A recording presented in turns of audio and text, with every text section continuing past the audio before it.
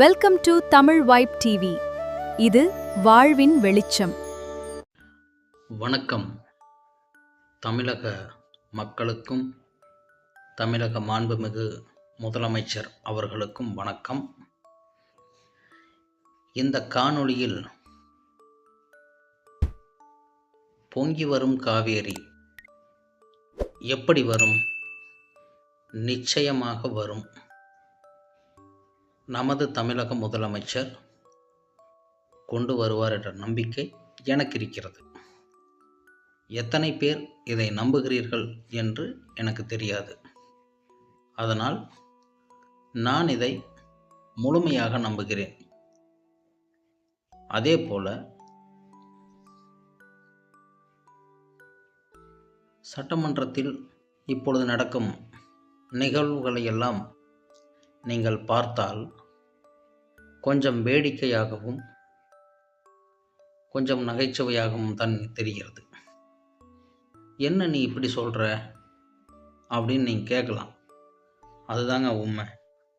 ஏன்னா இதுக்கு முன்னாடி பேசியே ஆட்சி ஆண்டு ஆண்டு ஆண்டு எதுவுமே செய்யாமல் போயிட்டாங்க.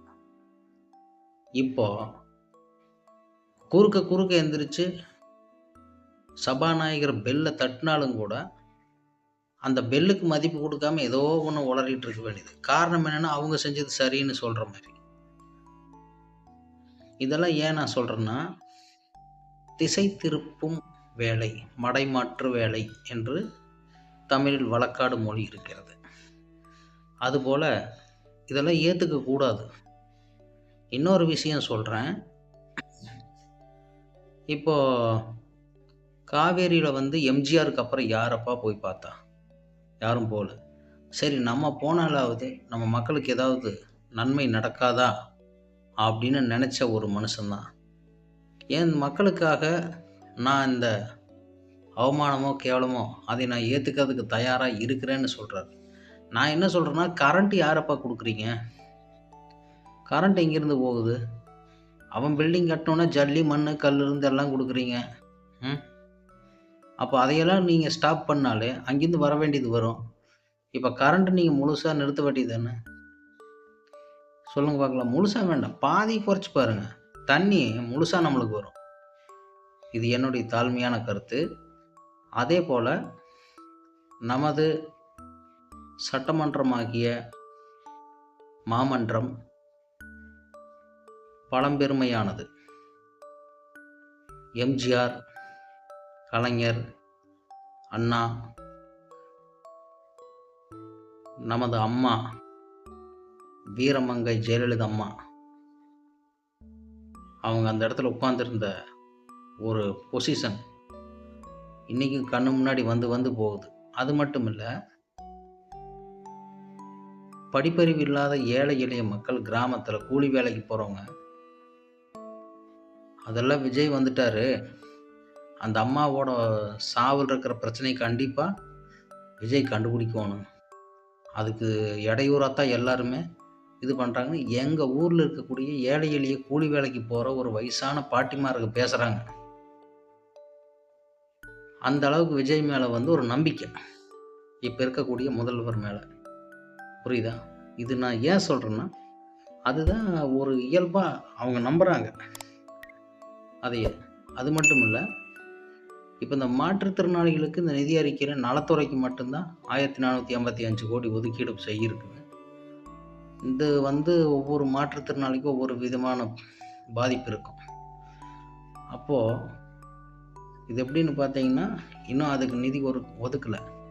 காரணம் என்ன? வேணும்னு அவ்வளோ ஒதுக்காமல் இல்லை, ஆல்ரெடி கடன். இப்போது எக்ஸ்ட்ரா கடன், சாதாரண கடன் கிடையாது, 13,40,000 கோடி ஆகிப்போச்சு.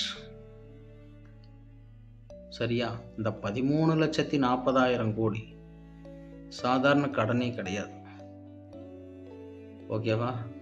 இது எல்லாம் சரியாக கட்டணும். அதுக்கப்புறம் தமிழ்நாட்டில் பஸ்ஸுக்கு பெரிய பிரச்சனை இருக்குது. எதனாலனா, பார்வையற்ற மக்களுக்கு போக்குவரத்தில் அதெல்லாம் முதலமைச்சர் பார்த்து மாநில அளவில் அந்த இலவச பயண அட்டையை வழங்கணும்.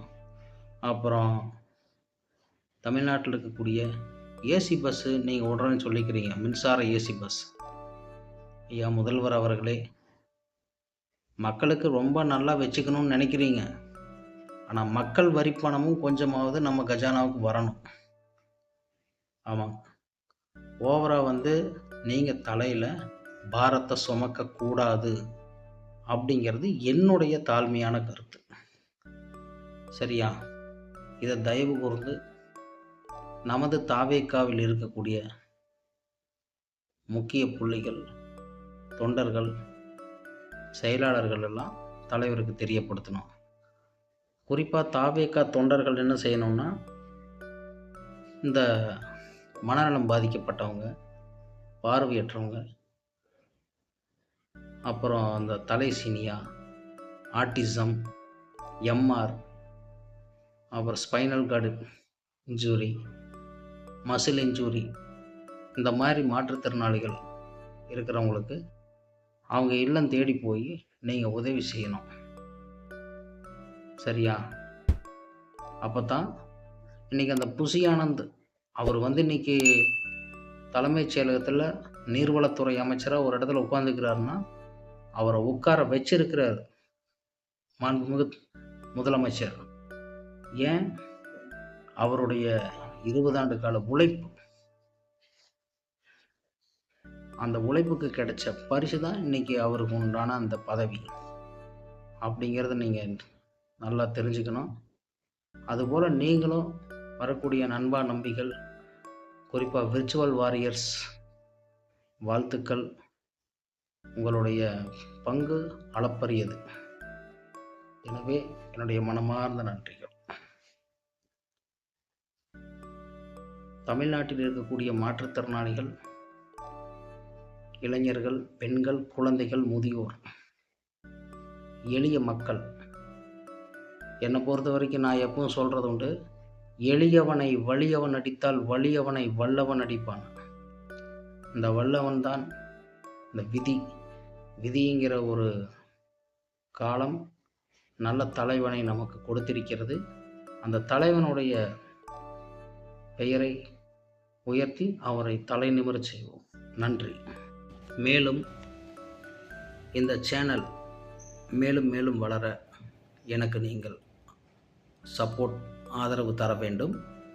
இந்த வீடியோ உங்களுக்கு பிடித்திருந்தால் நீங்கள் சப்ஸ்கிரைப் மற்றும் லைக் செய்து ஆதரவு தருமாறு கேட்டுக்கொள்கிறேன். தயவு செய்து மெசேஜ் பதிவிடுங்கள், கமெண்ட்ஸ், அதற்கும் பதில் கொடுக்க தயாராக இருக்கிறேன். நன்றி.